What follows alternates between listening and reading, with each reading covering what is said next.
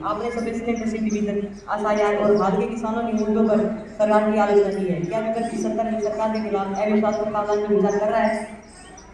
हमारा उद्देश्य सरकार गिराना नहीं, बल्कि जनहित में सरकार का जवाबदेह बनाना है। हम इस प्रक्रिया में एसआईआर किसानों की मांग चर्चा पर करेंगे। अगर सरकार संवाद नहीं करती तो हम इस पर विकल्पों पर विचार करेंगे। माननीय विपक्ष नेता जी, क्या आप मानते हैं कि विपक्ष केवल आलोचना करता है लेकिन समाधान पर कुछ नहीं करता? हम आलोचना नहीं, रचनात्मक सुझाव लेकर आएंगे। हम युवा रोजगार गारंटी योजना, एमएसपी कानून और महिला सुरक्षा आयोग के गठन का प्रस्ताव इस सत्र में रखेंगे। धन्यवाद विपक्ष नेता जी। माननीय प्रधानमंत्री जी, हाल ही में पहलगाम में हुआ आतंकी हमला और सीमा पर गतिविधियों में वृद्धि, क्या सरकार इस स्तर में राज्य सुरक्षा को लेकर कोई ठोस बिल या नीति लाने जा रही है? आपका प्रश्न उचित है। सरकार इस सत्र में राष्ट्रीय सुरक्षा सुदृढ़ विधेयक 2025 लाने पर गंभीरता से विचार कर रही है। इसमें हम सीमा सुरक्षा, ड्रोन और आतंकी फंडिंग रोकने के विशेष प्रावधान होंगे। माननीय प्रधानमंत्री जी, देश में युवाओं में बढ़ती बेरोजगारी और बढ़ती होगी में पेपर लीक की घटनाएं सामने आ रही है। क्या यह सरकार की नीतियों की विफलता नहीं है? बेरोजगारी एक वैश्विक चुनौती है, लेकिन सरकार फिर भी पिछले वर्ष 1 करोड़ से अधिक रोजगार सृजित किए हैं। इस सत्र में हम राष्ट्रीय परीक्षा पारदर्शी विधेयक लाने जा रहे हैं, जिसमें पेपर लीक जैसी घटनाओं पर सशक्त कार्रवाई की जाएगी। धन्यवाद प्रधानमंत्री जी।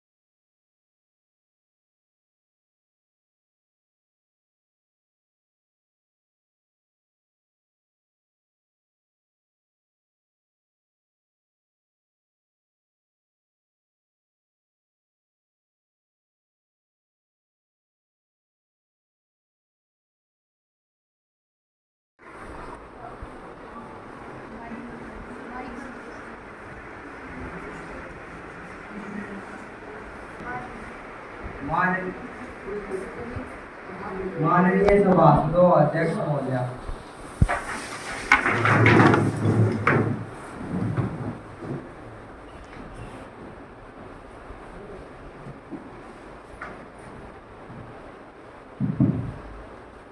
माननीय सभासदों, युवा संसद के इस मानसून सत्र में मैं आप सभी का हार्दिक स्वागत करती हूँ।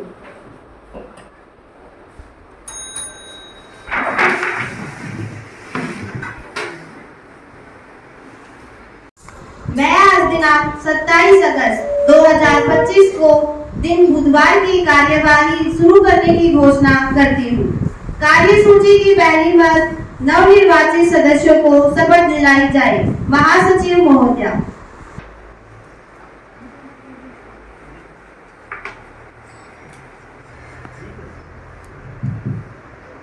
कुमारी कुसुम, जो कि हिसार लोकसभा क्षेत्र से निर्वाचित हुई हैं, अब शपथ ग्रहण करेगी। कुमारी कुसुम।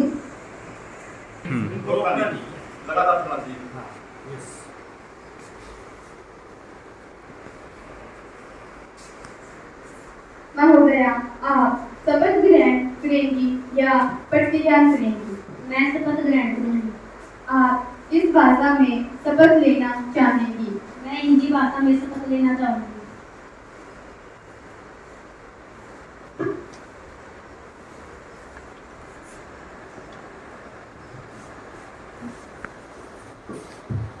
मैं कुमारी कुसुम डॉक्टर ऑफ सतपाल, जो हिसार से युवा सांसद की लोकसभा की सदस्य निर्वाचित हुई हूँ, ईश्वर की शपथ लेती हूँ कि मैं विधि द्वारा स्थापित भारत के संविधान के प्रति श्रद्धा और निष्ठा रखूंगी, देश की प्रभुसत्ता और अखंडता को बनाए रखूंगी तथा जिस पद को मैं ग्रहण करने वाली हूँ उसके कर्तव्यों का श्रद्धापूर्वक निर्वहन करूंगी।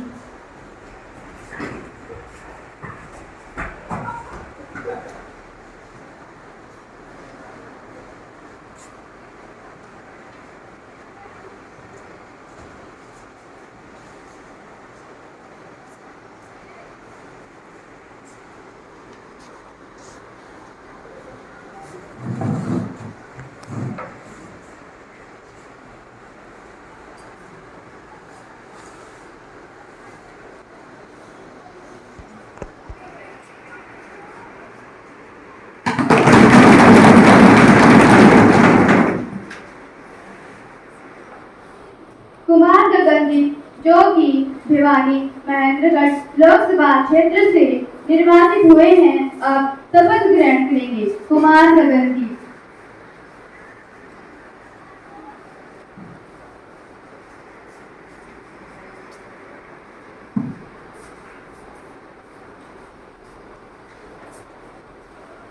महोदय, आप शपथ ग्रहण करेंगे या प्रतिज्ञा करेंगे?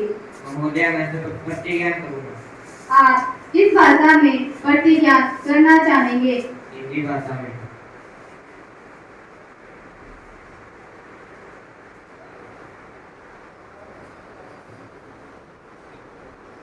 मैं कुमार गगनदीप, सन ऑफ दलबीर सिंह, जो भिवानी महेंद्रगढ़ युवा संसद का लोकसभा का सदस्य निर्वाचित हुआ हूँ, मैं विधि द्वारा स्थापित भारत के संविधान के प्रति श्रद्धा और निष्ठा रखूंगा, देश की प्रभुसत्ता और एकता को बनाए रखूंगा तथा जिस पद को मैं ग्रहण करने वाला हूँ उसके कर्तव्यों का श्रद्धापूर्वक निर्वहन करूंगा।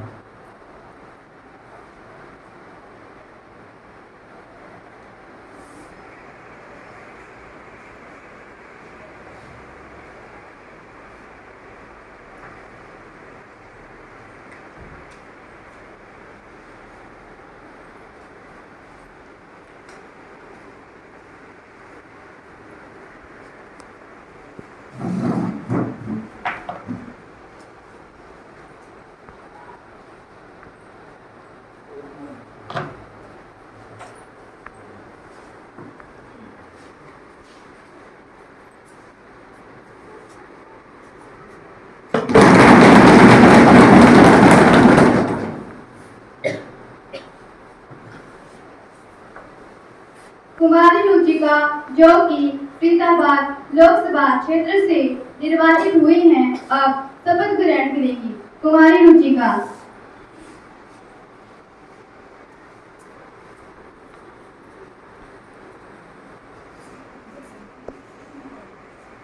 महोदया, आप शपथ ग्रहण करेंगी या प्रतिज्ञा करेंगी? महोदय, मैं ओथ ग्रहण करूंगी। आप किस भाषा में ओथ लेना चाहेंगी? मैं अंग्रेजी भाषा में ओथ लेना चाहूंगी।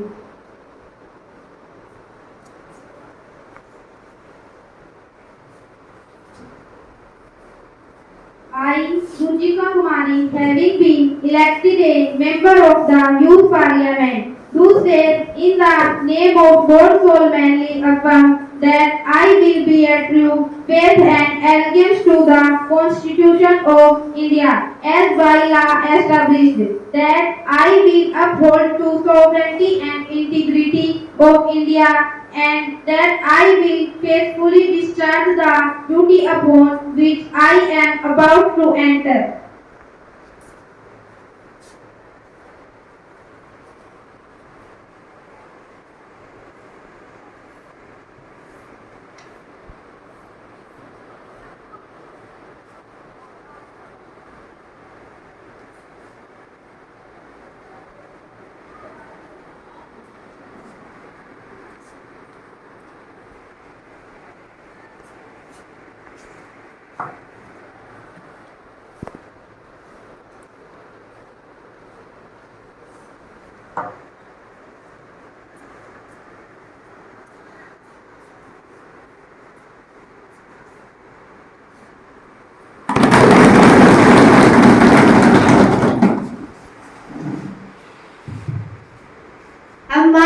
प्रधानमंत्री जी सदन से नए मंत्रियों का परिचय करवाएं। माननीय प्रधानमंत्री जी। जी अध्यक्ष महोदया, मैं आपसे और सदन से नए मंत्रियों का परिचय करवाती हूँ। रक्षा राज्य मंत्री स्वीटी जी, पर्यावरणीय राज्य मंत्री सुनीता जी,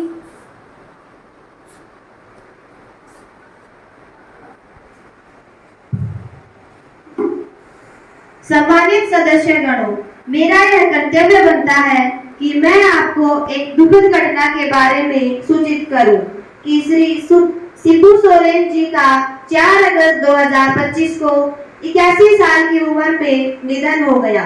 वे एक महान आदिवासी नेता थे। उन्होंने आदिवासी समाज के लिए बहुत कुछ किया। मैं उनके परिवार के प्रति सदन की ओर से हार्दिक संवेदना प्रकट करती हूँ। भगवान उनकी आत्मा को शांति दे। माननीय प्रधानमंत्री जी। अध्यक्ष महोदया, श्री शिबू सोरेन जी एक बहुत ही बड़े राजनीतिज्ञ थे जो झारखंड से राज्यसभा के सदस्य रहे। वे 8 बार लोकसभा के सदस्य व 3 बार झारखंड के मुख्यमंत्री रहे। उन्होंने केंद्र में कोयला मंत्री के रूप में भी कार्य किया। मैं सरकार की तरफ से उनके परिवार के प्रति गहरी संवेदना प्रकट करती हूँ। भगवान उनकी आत्मा को शांति दे। नेता प्रतिपक्ष।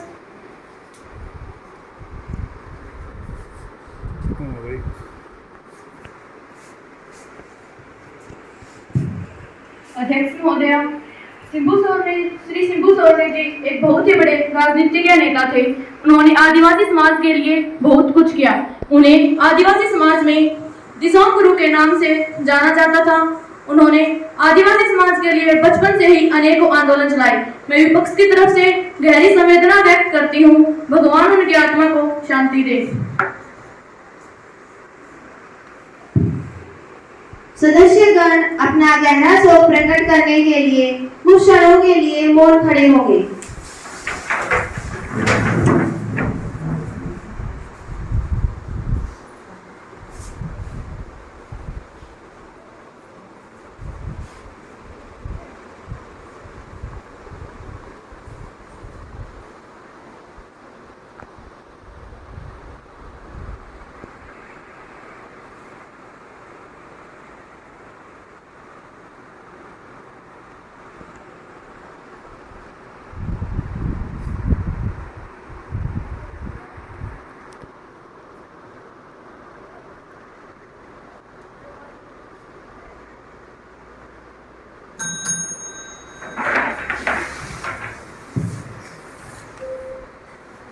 महासचिव महोदया, शोक संतप्त परिवार को शांति संदेश भेज दिया जाए।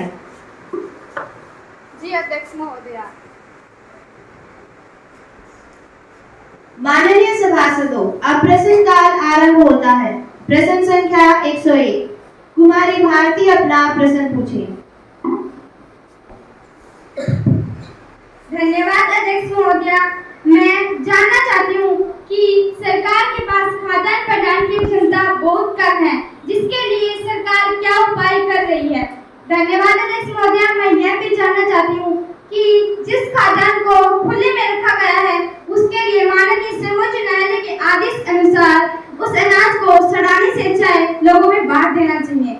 इसके लिए सरकार क्या उपाय कर रही है।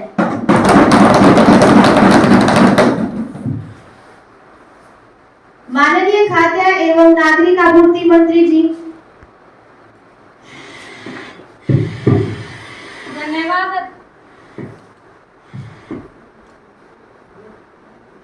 बोलो। धन्यवाद अध्यक्ष महोदया। मैं सम्मानित सदस्य को बताना चाहूंगी कि सरकार ने भंडार क्षमता बढ़ाने के लिए कई कदम उठाए हैं। केंद्र सरकार द्वारा अपने स्तर पर 10 नए भंडार घरों का निर्माण किया जा रहा है। निर्माण कार्य शुरू हो चुका है। वहीं पर हमारी सरकार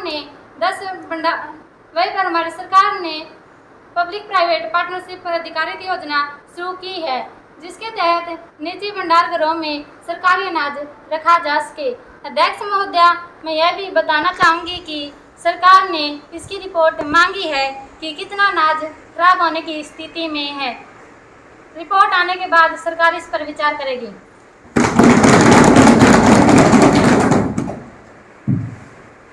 प्रश्न संख्या 102 मिस कुसुम अपना प्रश्न पूछे।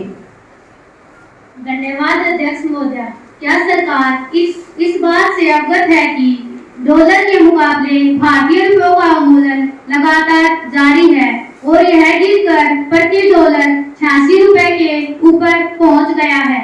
इस अवमूल्यन के क्या क्या कारण हैं? रुपए के अवमूल्यन को रोकने के लिए सरकार कौन कौन से कदम उठा रही है? माननीय वित्त मंत्री जी। धन्यवाद अध्यक्ष महोदय। सरकार को यह जानकारी है कि रुपए के मुकाबले डॉलर के मुकाबले रुपए का अवमूल्यन हो रहा है। महोदया, इस अवमूल्यन का प्रमुख कारण सोने के आयात में तीव्र वृद्धि है, जिससे चालू खाते का घाटा अधिक बढ़ गया है। अध्यक्ष महोदय, मैं सदन को सूचित करना चाहूंगी कि भारतीय रुपया भले ही डॉलर की तुलना में 85 के ऊपर पहुंच गया है, लेकिन इसको रुपए के अवमूल्यन को रोकने के लिए सरकार और आरबीआई द्वारा कई कदम उठाए गए हैं। आरबीआई ने 1200 करोड़ के बॉन्ड बेचने का निर्णय लिया है, जिससे बाजार की तरलता को रोका जा सके। आरबीआई ने यह निर्णय भी लिया है कि ओएनजीसी, आईओसी इत्यादि कुछ कंपनियों को छोड़कर अन्य कंपनियां विदेशी परिसंपत्ति को नहीं खरीद सकेंगी। यह निर्णय भी लिया गया है कि अब कोई भी भारतीय 2 लाख की बजाय 75,000 रुपए ही विदेश भेज सकेगा।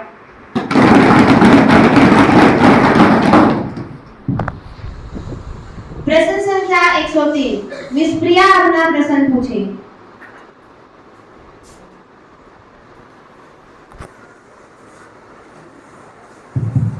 धन्यवाद अध्यक्ष महोदया। मैं आपके माध्यम से सरकार से पूछना चाहती हूँ कि जब से सरकार ने कार्यभार संभाला है, महंगाई ने पिछले सारे रिकॉर्ड तोड़ दिए हैं। इस कमर तोड़ महंगाई ने गरीब आदमी का निवाला छीनने में कोई कसर नहीं छोड़ी। अध्यक्ष महोदया, दूसरी तरफ सरकार आंखें बंद कर बैठी हुई है। यदि प्रधानमंत्री जी यह मानती है तो यह बताने का प्रयास करें कि महंगाई इतनी क्यों बढ़ रही है। माननीय प्रधानमंत्री जी। माननीय अध्यक्ष महोदया, मैं इस बात से सहमत हूँ कि आज देश में लगातार महंगाई बढ़ रही है, लेकिन मैं इस बात से सहमत नहीं हूँ कि सरकार इसके प्रति कोई ध्यान नहीं दे रही है। इस विषय के प्रति सरकार अति गंभीर है। महंगाई का मुख्य कारण मैं ये मानती हूँ कि इजराइल, यूक्रेन और रूस हैं। संपूर्ण विश्व के साथ साथ भारत की उत्पादन प्रणाली पर भी विपरीत प्रभाव पड़ा है, जिसके कारण भारत भी महंगाई की मांग सह रहा है। इसको रोकने के लिए सरकार अपने स्तर पर पूर्ण प्रयास कर रही है।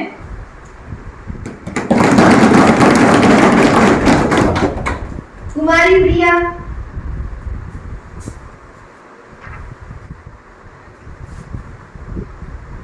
महोदया, यदि सरकार इस विषय में प्रति गंभीर है तो खाद्यान्न और पेट्रोल इतना महंगा कैसे हो रहा है?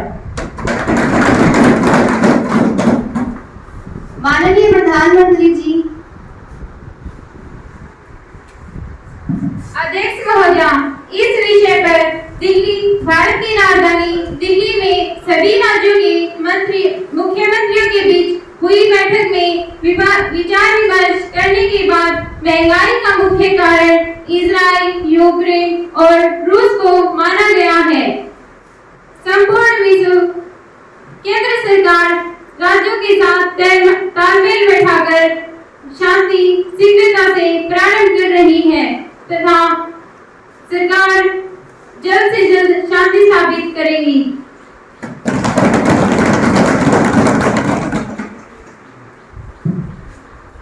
प्रश्न संख्या 104 मिस भारती अपना प्रश्न पूछे। धन्यवाद अध्यक्ष महोदया।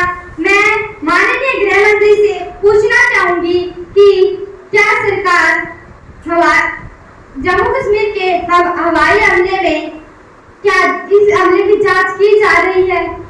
इस हमले की सुरक्षा के लिए या इस आतंकवादी के लिए किसे जिम्मेदार ठहराया गया है? भविष्य में इस प्रकार के हमलों को रोकने के लिए क्या रणनीति अपनाई गई है? सरकार ने सुरक्षा के चूक के लिए किसे जिम्मेदार ठहराया है? माननीय गृह मंत्री जी। धन्यवाद अध्यक्ष महोदय। माननीय सदस्य द्वारा उठाया गया प्रश्न अत्यंत गंभीर है। मैं सदन को बताना चाहती हूँ कि पहलगांव में हुए आतंकी हमले को प्रारंभिक जांच से लश्कर-ए-तैयबा से जुड़े समूह का हाथ होने का संदेह है। खुफिया तंत्र की समीक्षा की जा रही है और इसमें जो भी खामियां पाई जाएंगी उसे दुरुस्त किया जाएगा। सरकार ने सीमावर्ती क्षेत्र में स्मार्ट सर्विस लॉन्च और ड्रोन निगरानी स्थानीय खुफिया नेटवर्क को मजबूत करने का निर्णय लिया है।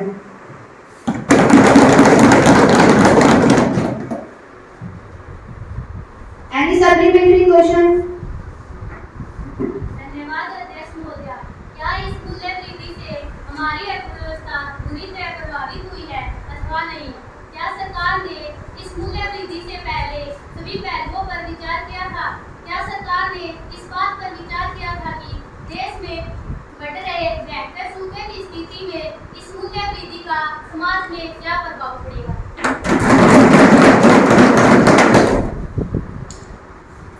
माननीय वित्त मंत्री जी। धन्यवाद अध्यक्ष महोदय। मैं यह कहना चाहूंगी कि सरकार ने अवश्य ही अर्थव्यवस्था के सभी पहलुओं पर विचार किया होगा। यह निर्णय हमारे पूरे मंत्रिमंडल द्वारा लिया गया है। अध्यक्ष महोदय, मैं यह भी कहना चाहूंगी कि सरकार ने मध्यम तथा निम्न वर्ग के लोगों की आवश्यकताओं का पूरा ध्यान रखा है। उनकी आवश्यकताओं को ध्यान में रखकर कई कदम उठाए गए हैं। पेट्रोल पदार्थों में हुई मूल्य वृद्धि के बावजूद भी जन परिवहन निगम के किरायों में कोई वृद्धि नहीं की गई है। आयकर दाताओं के अतिरिक्त जन सामान्य को पुरानी दरों पर ही राशन वितरित किया जा रहा है। एलपीजी पर आज भी 70% सब्सिडी दी जा रही है। सरकार डीजल के मूल्य की डबल प्राइसिंग पर भी विचार कर रही है।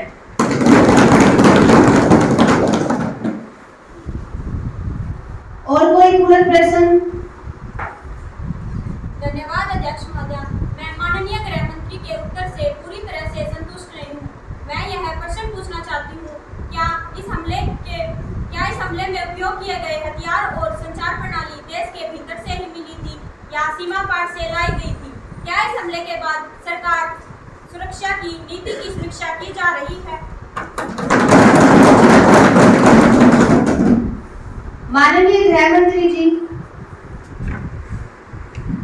धन्यवाद अध्यक्ष महोदय। माननीय सदस्य द्वारा उठाए गए सभी पूरक प्रश्न महत्वपूर्ण हैं। प्रारंभिक जांच से पता चला है कि हमले में उपयोग किए गए हथियार जो कि सीमा पार से तस्करी करके लाए गए थे और इनमें से कुछ पाकिस्तानी मूल हथियार है जो अंतर्राष्ट्रीय मंच पर भारत की ओर से प्रमाण के रूप में प्रस्तुत किए जाएंगे। जी हाँ, इस हमले के बाद केंद्र सरकार ने राष्ट्रीय सुरक्षा नीति 2020 समीक्षा प्रक्रिया शुरू कर दी है।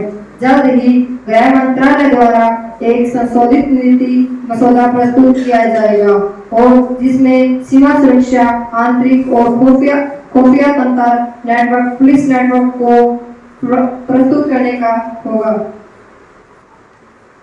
मजबूत करने का निर्णय लिया।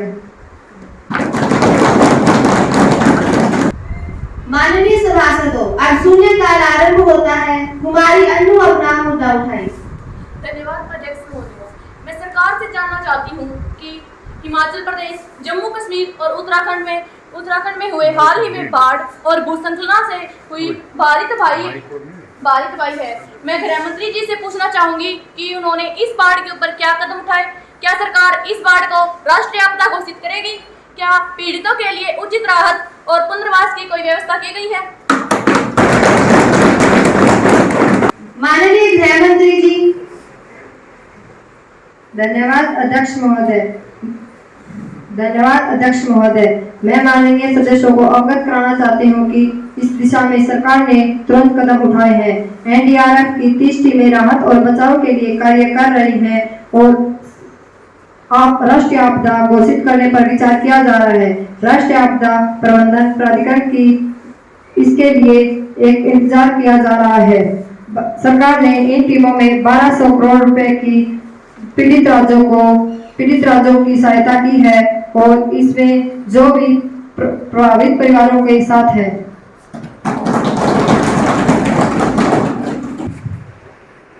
आगे की कार्यवाही में अब सांसद महोदया कुमारी रुचिका द्वारा कार्य स्थगन प्रस्ताव पेश किया जाएगा। कुमारी रुचिका। मैं यह कहना चाहती हूँ कि बिहार में चल रहा इसे तहत पुनः निरीक्षण कार्यक्रम जो चुनावी मतदाता सूची का सत्यापन करने के लिए चलाया जा रहा है, उसमें भारी स्तर पर अनियमितताएं सामने आ रही हैं।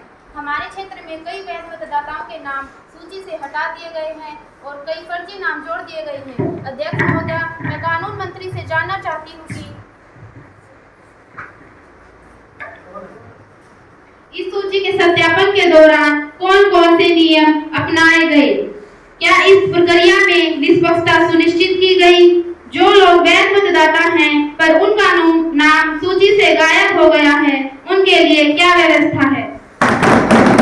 माननीय कानून मंत्री जी। धन्यवाद अध्यक्ष महोदया। विपक्ष द्वारा उठाई गई चिंताएं गंभीर हैं, लेकिन मैं स्पष्ट कर देना चाहती हूं कि स्पेशल इंटेंसिव रिवीजन यानी विशेष सत्यापन प्रक्रिया पूरी तरह चुनाव आयोग द्वारा निर्देशित है और सरकार केवल तकनीकी सहायता प्रदान कर रही है। सत्यापन का कार्य घर घर जाकर बूथ लेवल ऑफिसर्स द्वारा किया जा रहा है। किसी भी प्रकार की गड़बड़ी की शिकायत होने पर शिकायत प्रावधान मौजूद है। जिन लोगों के नाम हटाए गए हैं वे ऑनलाइन फॉर्म भरकर ऑनलाइन आवेदन कर सकते हैं। हम किसी भी प्रकार का भेदभाव नहीं होने देंगे। विपक्षी सांसद महोदया कुमारी रुचिका। अध्यक्ष महोदया, ये गंभीर विषय है, सदन की कार्यवाही को रोककर इस पर चर्चा की जाए। जो कार्य स्थगन प्रस्ताव के समर्थन में है वे अपना हाथ ऊंचा उठाकर सहमति दें।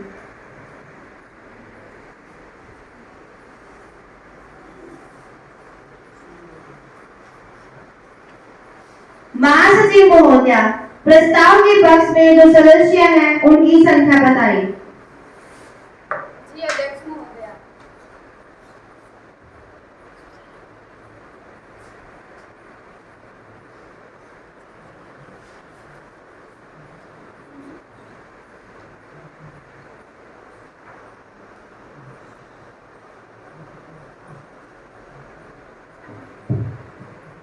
सदन को सूचित किया जाता है कि इस प्रस्ताव के पक्ष में बहुमत नहीं है, अतः इस प्रस्ताव को अस्वीकार किया जाता है। कृपया कार्यवाही आगे बढ़ाई जाए। अब हम विशेषाधिकार प्रस्ताव पर चर्चा करेंगे। माननीय सांसद जसवंत, आप अपना प्रस्ताव प्रस्तुत करें। धन्यवाद अध्यक्ष महोदया। अध्यक्ष महोदया, मैं इस सदन में विशेषाधिकार हनन का प्रस्ताव लाना चाहता हूँ, क्योंकि कल जब मैंने भ्रष्टाचार के एक मुद्दे पर सरकार से प्रश्न उठाया था तो सत्ता पक्ष के कुछ सदस्यों ने जानबूझकर हंगामा करके मेरी आवाज दबाने की कोशिश की। सांसद होने के नाते मेरे विशेषाधिकार में बोलने की स्वतंत्रता सबसे महत्वपूर्ण है। इस विशेषाधिकार में बाधा डालना न केवल मेरे अधिकारों का उल्लंघन है बल्कि संसद की गरिमा का भी अपमान है। अध्यक्ष महोदया, मैं इस सदन में इसलिए मांग करता हूं कि इस विषय को विशेषाधिकार समिति को भेजा जाए। आपने कोई नोटिस दिया है? जी अध्यक्ष महोदया, मैंने नोटिस दिया है। माननीय सांसद, मैं इस विषय को विशेषाधिकार हनन समिति को सौंप दूंगी। मामले की जांच करके जो भी निर्णय होगा उससे आपको अवगत करा दिया जाएगा। जी अध्यक्ष महोदया। रिस्पेक्टेड मेंबर्स, आपको यह जानकारी देते हुए मुझे अत्यंत प्रसन्नता हो रही है कि आज हमारे सदन की शोभा बढ़ाने के लिए श्रीलंका का एक प्रतिनिधिमंडल इस सदन में उपस्थित है। मैं उनके यहाँ पधारने पर उनका हार्दिक स्वागत करती हूँ। उनके यहाँ पधारने पर भारत तथा श्रीलंका के संबंध मजबूत होंगे।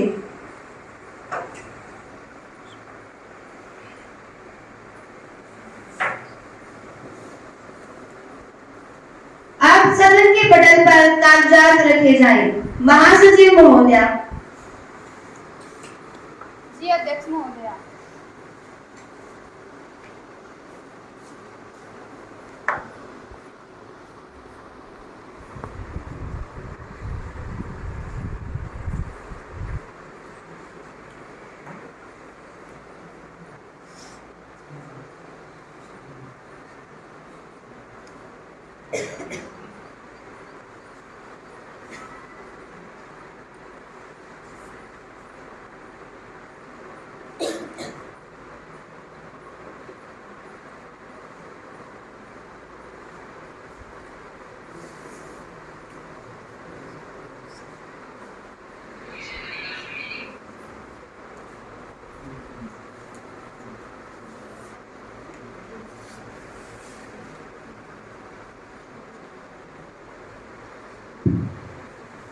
अब हम ध्यानाकर्षण प्रस्ताव पर चर्चा करेंगे।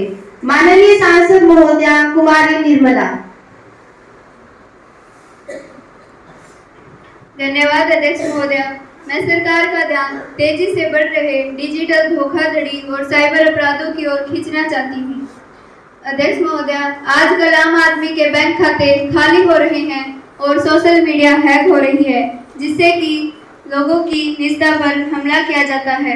अध्यक्ष महोदया, मैं माननीय इलेक्ट्रॉनिक सूचना प्रौद्योगिकी मंत्री से पूछना चाहती हूँ कि क्या सरकार मानती है कि साइबर अपराध तेजी से बढ़ रहे हैं? आम नागरिकों को साइबर सुरक्षा के बारे में कैसे जागरूक किया जा रहा है? क्या सभी राज्यों में साइबर सुरक्षा की उचित व्यवस्था की गई है? माननीय इलेक्ट्रॉनिक्स और आईटी मंत्री। धन्यवाद अध्यक्ष महोदया। माननीय सदस्य, आपने जो चिंता व्यक्त की है वह सही है। देश भर में साइबर अपराध के मामले बढ़ रहे हैं, लेकिन सरकार इनसे निपटने के लिए पूरी तरह तैयार है। सभी राज्यों में साइबर क्राइम सेल बनाए गए हैं। 1930 नंबर और गवर्नमेंट इन पोर्टल के तहत शिकायत तुरंत दर्ज की जा सकती है। सरकार साइबर सुरक्षा जागरूकता अभियान चला रही है, जिसके तहत स्कूल, कॉलेज और नगर पालिकाओं के अंदर कार्यशालाएं लागू की जा रही हैं और सरकार द्वारा लोगों को साइबर क्राइम के प्रति जागरूक किया जा रहा है। हमारा लक्ष्य है डिजिटल भारत को सुरक्षित भारत बनाना। अब विधायी कार्य शुरू होता है। माननीय महिला एवं बाल विकास मंत्री विधेयक का पुनः स्थापन करें। मंत्री जी। धन्यवाद अध्यक्ष महोदया। मैं नारी शक्ति बंधन अधिनियम में संशोधन के लिए विधेयक पर पुनः स्थापन की अनुमति चाहती हूँ। जो इसके पक्ष में है कृपया हाथ उठाकर सहमति दें।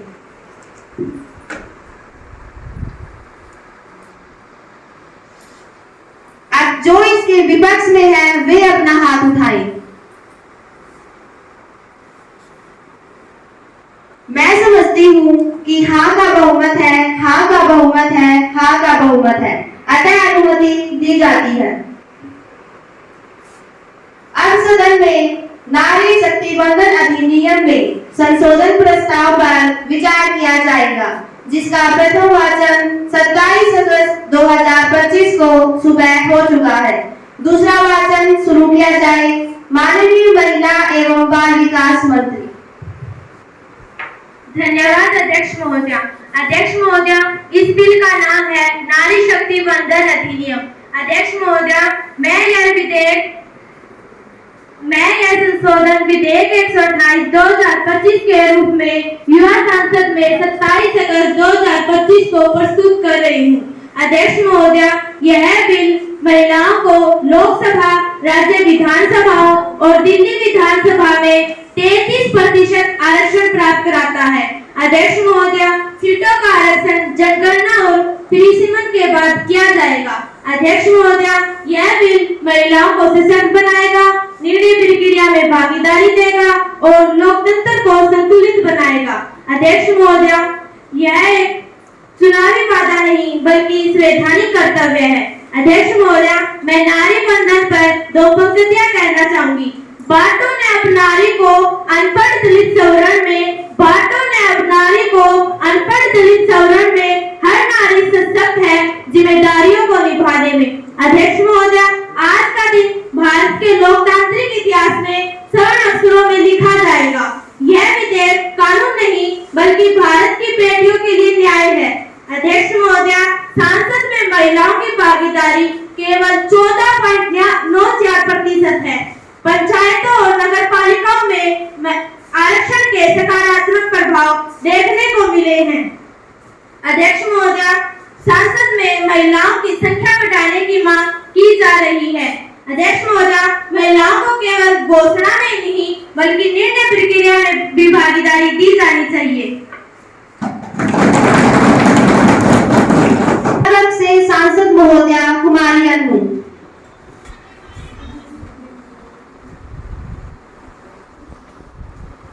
धन्यवाद अध्यक्ष महोदया। मैं एक महिला होने के नाते गर्व से कहती हूँ कि यह बिल देश की महिलाओं को सशक्त बनाने की दिशा में ऐतिहासिक कदम है। विपक्ष से सांसद महोदया कुमारी रानी।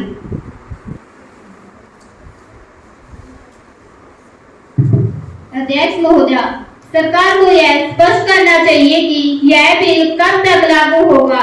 अध्यक्ष महोदया, यह केवल दिखावे की राजनीति है। अध्यक्ष महोदया, महिला सशक्तिकरण को राजनीति का मोहरा न बनाइए। अध्यक्ष महोदया,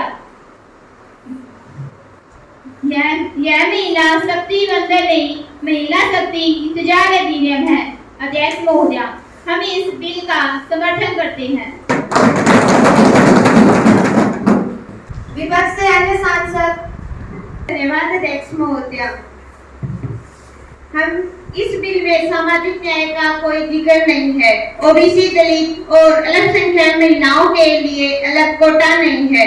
अध्यक्ष महोदया, यह बिल सामाजिक और विविधता, वर्गीय विविधता को नहीं दर्शाता। अध्यक्ष महोदया, महिलाओं में भी वर्ग, जाति और क्षेत्रीय असमानता है। केवल 33% आरक्षण से समस्या हल नहीं होगी। अध्यक्ष महोदया, क्या इस बिल से सिर्फ ऊंचे वर्ग की महिलाओं को ही लाभ प्राप्त होगा? हम इस बिल का समर्थन करते हैं। माननीय महिला एवं बाल विकास मंत्री।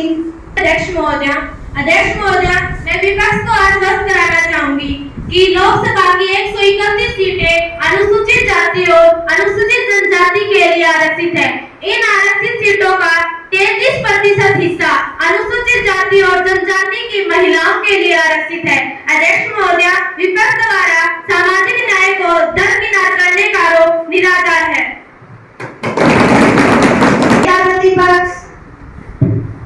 धन्यवाद अध्यक्ष महोदया। महिला आरक्षण का विचार कोई नया नहीं है। यह बिल पहले भी राज्यसभा से पारित करवाया गया था। अध्यक्ष महोदया, सरकार इस बिल को पारित करके चुनावी लाभ लेना चाहती है। इसे चुनाव के बाद ही क्यों लागू किया जाएगा? अध्यक्ष महोदया, इसे जनगणना और परिसीमन के बाद लागू करना केवल देरी का एक तरीका है। अध्यक्ष महोदया, हम इस बिल का समर्थन करते हैं, लेकिन आधे अधूरे वादों के साथ नहीं। माननीय गृह मंत्री जी। अध्यक्ष महोदय, सरकार इसे टाल नहीं है बल्कि संवैधानिक प्रक्रिया का पालन कर रही है। अध्यक्ष महोदय, 2026 में जनगणना के बाद परिसीमन होगा और उसके तुरंत बाद आरक्षण लागू किया जाएगा। माननीय प्रधानमंत्री जी। अध्यक्ष महोदय, आज का दिन ऐतिहासिक है। आजादी के अमृत काल में महिलाओं को सम्मान और शक्ति देने वाला है। सरकार चाहती है कि नारी शक्ति को हर स्तर पर अवसर मिले। यह ऐतिहासिक बिल भारत की महिलाओं को मजबूत बनाएगा। इससे लोकतंत्र भी मजबूत होगा और महिलाओं की भागीदारी बढ़ेगी। हमारी सरकार इसे जल्द से जल्द लागू करना चाहती है। मैं सदन से अनुरोध करती हूँ कि इसे ध्वनि मत से पारित किया जाए।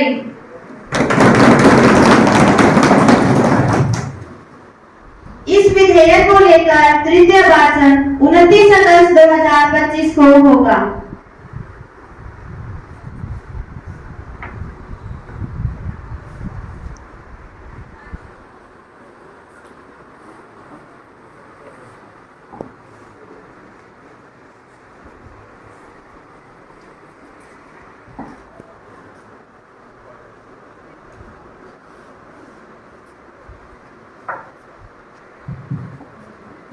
सभासदों, अब विधेयक का तीसरा वाचन आरंभ होता है। माननीय महिला एवं बाल विकास मंत्री जी। धन्यवाद अध्यक्ष महोदया। अध्यक्ष महोदया, मैं इस बिल के संदर्भ में 2 पंक्तियां कहना चाहूंगी। संसद में नारी का सम्मान अब होगा हर घर में विराजमान। संसद में नारी का सम्मान अब होगा हर घर में विराजमान। 1/3 आरक्षण का ये विधान अब नारी को देगा मान, सशक्त नारी को मिलेगा मान। अध्यक्ष महोदया, मैं यह प्रस्ताव पेश करती हूँ कि इस बिल को ध्वनिमत से पारित किया जाए। प्रस्ताव पेश किया गया है कि विधेयक को पारित किया जाए। जो इस विधेयक के पक्ष में है वे कृपया अपना हाथ उठाकर सहमति दें।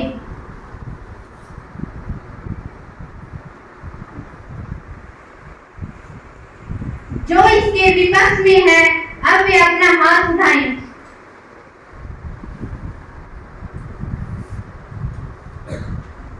मैं समझती हूँ कि हाँ का बहुमत है, हाँ का बहुमत है, हाँ का बहुमत है।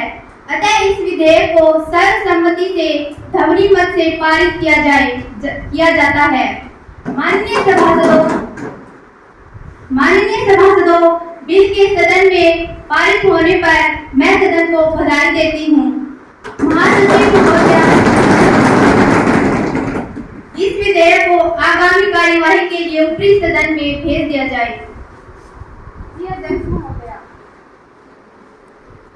अब सदन सदस्यों के संकल्प पर विचार करेगा।